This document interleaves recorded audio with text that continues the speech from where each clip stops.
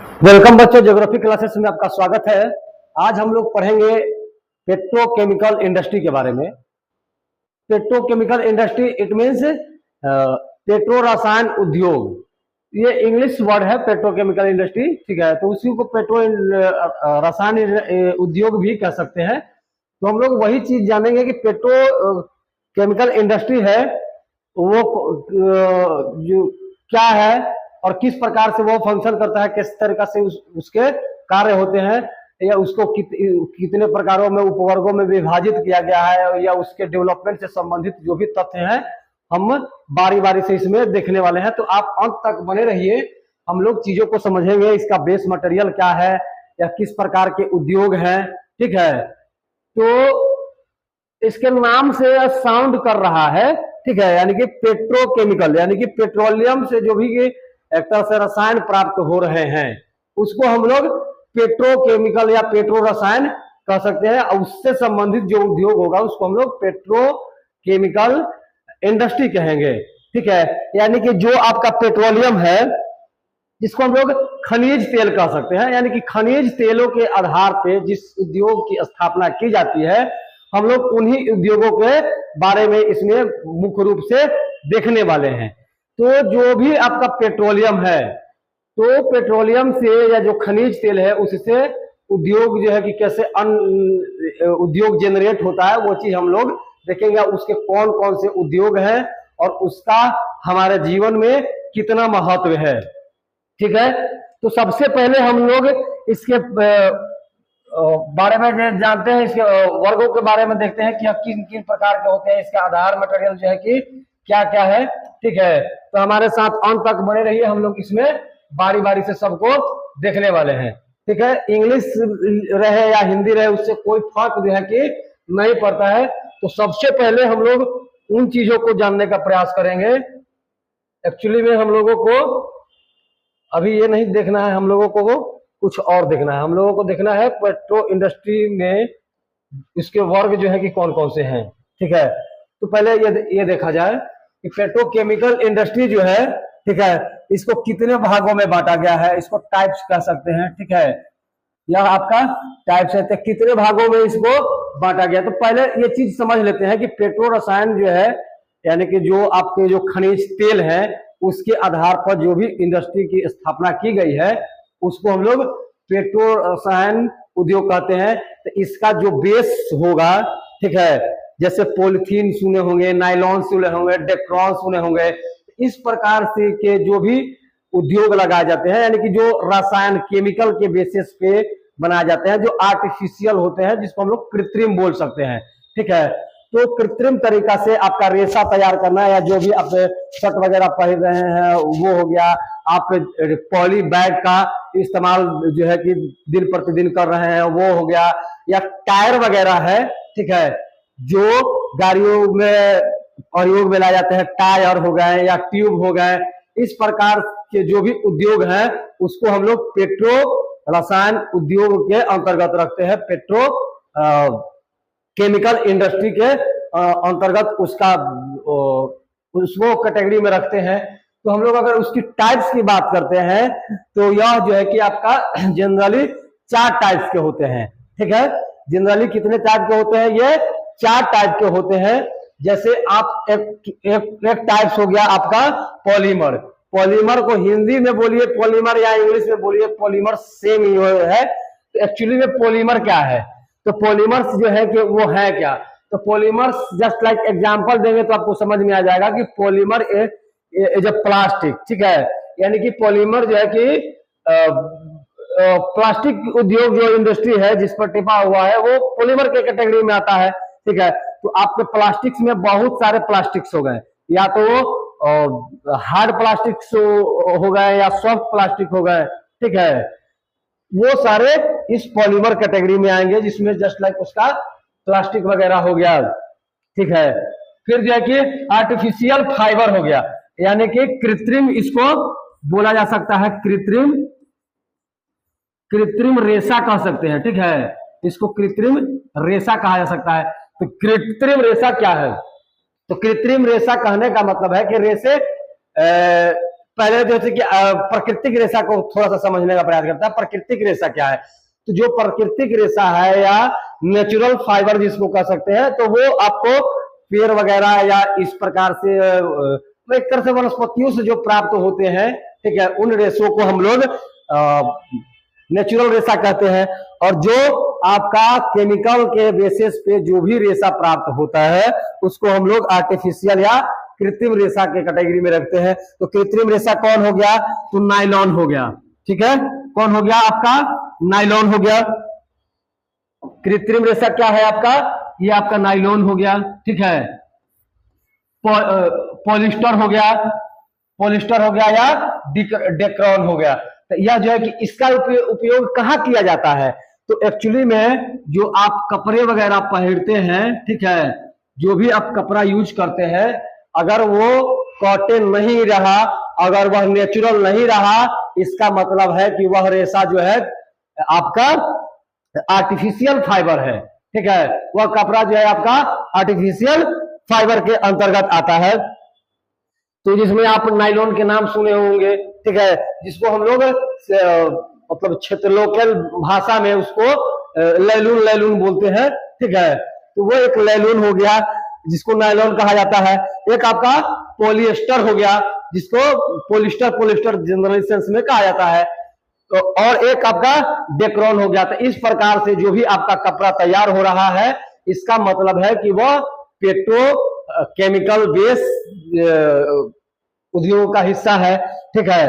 या एक तरह से पेट्रोलियम का जो भी मतलब एक तरह से खनिज तेल है, उन खनिज तेलों से का भंजन आसवन करके, ठीक है, भंजन आसवन करके इस तरीका से नायलॉन या आर्टिफिशियल रेशा वगैरह जो है फाइबर प्राप्त किए जाते हैं। और एक वर्ग आता है आपका, इसको हम लोग पहला कह सकते हैं, ये आपका दूसरा हो गया, ये तीसरा है एलास्टोमर्स। तो एलास्टोमर्स क्या है? तो वो भी आपका आर्टिफिशियल रबर है, ठीक है। आर्टिफिशियल रबर क्या कहने का क्या मतलब है? यानी कि कृत्रिम रबर।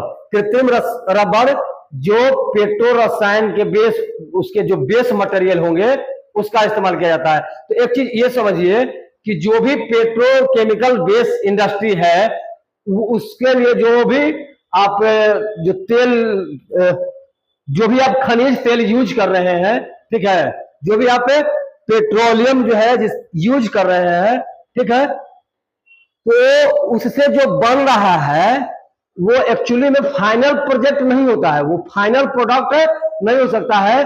वह जो है कि बाकी अन्य उद्योगों के लिए रॉ मटेरियल का ही कार्य करता है। ऐसा नहीं है कि जो आर्टिफिशियल रबर बनाए तो आर्टिफिशियल रबर बनाए तो रबर तो वो तो बन गया, एक नेचुरल रबर और एक आर्टिफिशियल रबर। तो नेचुरल रबर कैसे प्राप्त होता है? तो वो पेड़ से प्राप्त हो जाते हैं, ठीक है, वो आपको पेड़ पौधों से प्राप्त होते हैं। इसके लिए पेड़ की छालों से, जैसे जस्ट लाइक तार वगैरह का पेड़ देखे ना, जैसे दूध निकलता है, तो उसी प्रकार से वृक्षों से, पेड़ पौधों से दूध को एकत्रित करके और वो रबर बनाए जाते हैं। तो वो आपका नेचुरल रबर होता है। लेकिन ये आपका आर्टिफिशियल रबर है जो पेट्रोकेमिकल के केमिकल से बना हुआ है, यानी कि जो पेट्रोलियम के भंजन आसवन से बना है। तो आर्टिफिशियल रबर में, तो आर्टिफिशियल रबर जो भी बना तो उससे क्या बनाया जा सकते हैं? तो भिन्न भिन्न प्रकार के उद्योग उससे जनरेट हो सकते हैं, ठीक है। यानी कि जो रबर इंडस्ट्री के लिए, यानी कि रबर से जो भी मटेरियल बनता है सामग्री, जैसे टायर हो गया, ट्यूब हो गया, ठीक है, या छोटे छोटे रबर्स वगैरह जनरली किसी चीज को फोल्ड करने के लिए भी इस्तेमाल में लाए जाते हैं।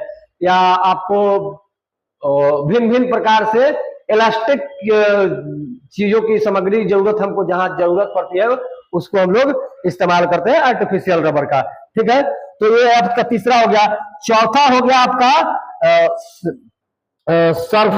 Surfactant intermediate. तो सर्फेक्टेंट इंटरमीडिएट कहने का मतलब है कि ऑयल डिटर्जेंट इसमें आएगा, ठीक है। ऑयल डिटर्जेंट जो आपका साफ करने के लिए जो भी आप डिटर्जेंट का इस्तेमाल कर रहे हैं, ठीक है, जो धुलाई के लिए, कपड़ा धुलने के लिए, बर्तन धुलने के लिए, या इस प्रकार से जिस भी प्रकार के मतलब एक तरह से साफ सफाई के लिए इसका ज्यादातर इस्तेमाल आया था। हॉपिक्स वगैरह हो गया जो क्लीनिंग वगैरह का काम कर रहा है, तो उस प्रकार से जो भी मतलब आपके प्रोडक्ट प्राप्त होंगे वो केमिकल बेस्ड होंगे, ठीक है, वो पेट्रोकेमिकल बेस्ड होंगे, उस वो आपका पेट्रोलियम का ही बना होता है।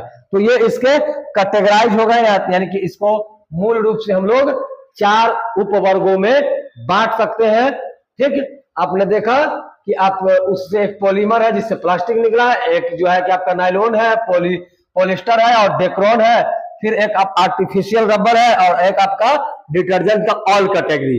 ठीक है, तो दिन पर दिन जो है कि जैसे जैसे पेट्रोकेमिकल इंडस्ट्री जो है आया देश में, डिमांडें बढ़ी, मानवों की जरूरतें बढ़ी, उन मानव की जरूरतों की पूर्ति करने के लिए इस तरीका से यह जो है कि अपना कंट्रीब्यूशन दे रहा, अपना योगदान जो है कि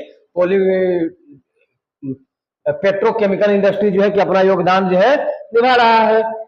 अब इसी में हम लोग देखेंगे आगे कि और कौन कौन से जो है, तो जैसे अब इसको यहां देखिए कि पेट्रोकेमिकल इंडस्ट्री को अगर हम लोग डेवलपमेंट की बात करते हैं, ठीक है, हम लोग अगर डेवलपमेंट की बात करते हैं तो इसको स्टेप बाय स्टेप समझने का प्रयास करना होगा। हाँ, तो इसको स्टेप बाय स्टेप समझने का प्रयास करना होगा।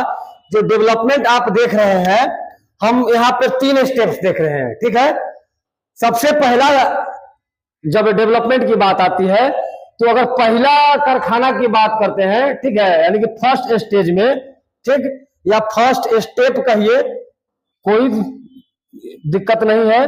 ठीक है, ये जो फर्स्ट स्टेप है आपका, ठीक है, तो फर्स्ट स्टेप लिया जाता है कि भारत में इस उद्योग का पहला कारखाना जो है 1961 में बंबई में खोला जाता है। ठीक है, और उसका नाम रखा जाता है the national organic chemical industry के नाम से। 1961 में बंबई में पहला पेट्रो रसायन उद्योग स्थापित किए जाते हैं। ठीक है, और उसी तो सवाल भी यहाँ पर बन रहा है कि सवाल आ सकता है कि पेट्रोकेमिकल इंडस्ट्री है या भारत में पहला पेट्रो रसायन उद्योग जो है कब स्थापित किया गया, तो डेट आप यहाँ देख पा रहे होंगे 1961, ठीक है, 1961, एंड किस नाम से खुला, तो the national organic chemicals industry. इसको शॉर्ट फॉर्म में हम लोग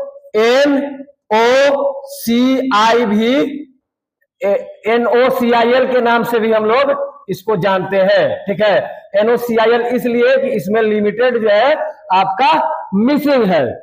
इसके बाद जब सेकेंड टर्म्स आता है तो 1996 ट्राम्बे में, तो ट्राम्बे भी आपका मुंबई में ही है। ठीक है, कहाँ है ट्राम्बे, आपका मुंबई में है। ठीक, तो इसी ट्राम्बे में आपका यूनियन कार्बाइड इंडिया लिमिटेड के द्वारा एक और पेट्रोकेमिकल इंडस्ट्री की स्थापना की जाती है। पेट्रोकेमिकल जो है कि कारखाने, पेट्रोकेमिकल बेस्ड कारखाने लगाए जाते हैं। और दूसरा लगाया गया आपका ट्राम्बे, तो आपको ट्राम्बे याद रखना है। ठीक है, उसके बाद ट्राम्बे में कौन, तो यूनियन कार्बाइड इंडिया लिमिटेड नाम से। ठीक है, उसके बाद जब एक आता है कोयली में, तो कोयली में 1969 में एक और कारखाना खोल दिया जाता है। और उसके बाद से देश के विभिन्न जगहों पर कारखाने खुलने स्टार्ट हो जाते हैं और दनादन कारखाने खुलने लगते हैं। और खुलते खुलते कारखानों की संख्या में बढ़ोतरी देखने के लिए मिलता है। तो देश के विभिन्न भागों में आंध्र प्रदेश से लेकर के, यानी कि उत्तर भारत, दक्षिण भारत से लेकर के उत्तर भारत तक इसकी कारखानों की संख्या में बढ़ोतरी देखने को हमको मिलता है। जैसे आप देख रहे होंगे कि यहाँ पे जो चार्ट बनाए गए हैं, आपको एग्जाम के दृष्टि से आप देख रहे होंगे कि हल्दिया में खोला जाता है, एक आपका बरौनी में खोला जाता है, जामनगर में खोला जाता है, रत्नागिरी, कोटा, मोदीनगर, इन जगहों पर स्थापित किए जाते हैं जो पेट्रोकेमिकल इंडस्ट्री है। ठीक है, या पेट्रोकेमिकल बेस्ड जो उद्योग है उनको इस तरीका से डेवलपमेंट हुआ देश में, इस प्रकार से उनका बढ़ना जो है कि जारी हुआ। तो आप जगह याद रखेंगे, डेट याद रखेंगे, ठीक है। और हम यहाँ बताते चले कि हल्दिया जो है आपका वेस्ट बंगाल में है, ठीक है। डब्लू भी यहाँ लिख रहे हैं, ये आपका वेस्ट बंगाल में है। बरौनी में भी आपका तेल शोधक का बरौनी में भी खुला, ठीक है। तो बिहार है बरौनी। जामनगर जो है आपका भैया गुजरात में है, ठीक है। जामनगर गुजरात में। रत्नागिरी जो है महाराष्ट्र में है, महाराष्ट्र में है। महाराष्ट्र होते हैं मठ लिखाते हैं महाराष्ट्र। कोटा है तो कोटा आपका राजस्थान में है। कहाँ है? राजस्थान का हिस्सा है। यहाँ पर भी पेट्रोकेमिकल इंडस्ट्री खोले गए, स्थापित किए गए। और एक आपका मोदी नगर है जो आपका उत्तर प्रदेश यानी कि यूपी का हिस्सा है। तो इस प्रकार से भारत में पेट्रोकेमिकल इंडस्ट्री का डेवलपमेंट आप देख पा रहे होंगे। पहला है आपका बंबई में, ठीक है। पहले इसका नाम बंबई ही था, अब इसका नाम है आपका मुंबई हो गया है, ठीक है। पहले उसका नाम बंबई था, अब इसका नाम मुंबई हो गया है। और यह 1961 में स्थापित किए गए थे। तो इस तरीका से पेट्रोकेमिकल इंडस्ट्री जो है धीरे धीरे अपने देश में डेवलप करती है। और हमारी निर्भरता जो है इस पर बहुत ज्यादा हो गया है, ठीक है। पेट्रोकेमिकल इंडस्ट्री के आने से हमारे देश में बहुत सारे सेक्टरों का रॉ मटेरियल जो है बहुत जल्दी से आसानी से मिल पाता है, ठीक है। जिससे जो भी डिमांड है मार्केट में उन डिमांडों की पूर्ति जो है की जाती है। जैसे आपको कपड़ा उद्योग के हम लोग लेते हैं, ठीक है। सूती कपड़ा जो है या वस्त्र उद्योग जिसको कहिए, वस्त्र उद्योग में अगर यह पेट्रोकेमिकल एंटर ना करता तो शायद इतनी जो है मार्केट में कपड़ा जो है कि तरह तरह के वेराइटी आपको नहीं मिलता। आपको पॉलिस्टर जो है कि देखने के लिए नहीं मिलता, ठीक है। आपको जो है नायलॉन देखने के लिए नहीं मिलता, आपको जो है डेक्रॉन देखने के लिए नहीं मिल पाता, ठीक है। या आप पॉली बैग वगैरह का यूज कर रहे हैं, वो चीजें नहीं होती। तो देखिए इसका बेनिफिट तो है लेकिन इसका एक नुकसान भी है, ठीक है। नुकसान यह है कि इससे जो भी होते हैं या पॉलिथीन वगैरह हो गया या जल्दी जो है डिस्पोज नहीं होते हैं, या प्रकृति में ये आपके पर्यावरण को दूषित करते हैं। या जो भी इंडस्ट्री जहां उद्योग स्थापित किए गए हैं इनके जो धुएं हैं वो वातावरण को प्रदूषित करते हैं। इसके अलावा जो भी इसके अपशिष्ट मटेरियल होते हैं वो नदियों में खुले बहाए जाते हैं, जिससे जल प्रदूषण बढ़ रहा है, आपका वायु प्रदूषण बढ़ रहा है। कार्बन की मात्रा जो है कि बहुतायत मात्रा में रिलीज करता है, ठीक है। तो एक तरह से इसके घाटे भी हैं, केवल फायदे ही फायदे नहीं है।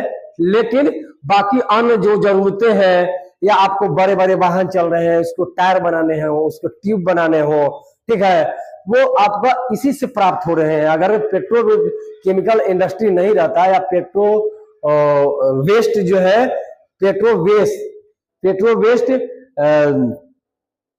आपको यह केमिकल जो है कि नहीं अवेलेबल रहता, तो इस तरीका से जो भी आप देख पा रहे हैं वो चीजें नहीं होती, ठीक है। तो आपने देखा इसका डेवलपमेंट, इसके टाइप्स देखे, पेट्रो बेस्ड केमिकल का से लाभ और हानि आपने देखा, और इसके जो भी वर्गीकरण थे वो आपने देखा, ठीक है। तो तमाम चीजों को देखते हुए हम लोग इसको इतना ही रखते हैं। फिर मिलते हैं अगले दिन किसी अन्य टॉपिक पर। अब फिलहाल रखते हैं इतना ही, तब तक के लिए शुक्रिया एंड बाय। देखते रहिए। और हम लोग एक क्रैश कोर्स भी लेकर के आए हैं, उसको भी आप परचेज कीजिए। जो भी बच्चे छूटे गए थे या किसी कारणवश नहीं पढ़ पाए हैं वो लोग जो है कि उस कोर्स को लेंगे, बहुत ही मिनिमम फीस है, ठीक है। आपके नेट जो डेटा है, डेटा भराते हैं उससे भी मतलब कम फीस जो है कि आपसे लिया जा रहा है, तो आप उसको परचेज कीजिए। आपको लिंक में डिस्क्रिप्शन जो है कि डिस्क्रिप्शन में वो लिंक जो है कि आपको दे दिए जाएंगे। मिलते हैं अगले क्लास में किसी अन्य टॉपिक पर, तब तक के लिए शुक्रिया एंड बाय।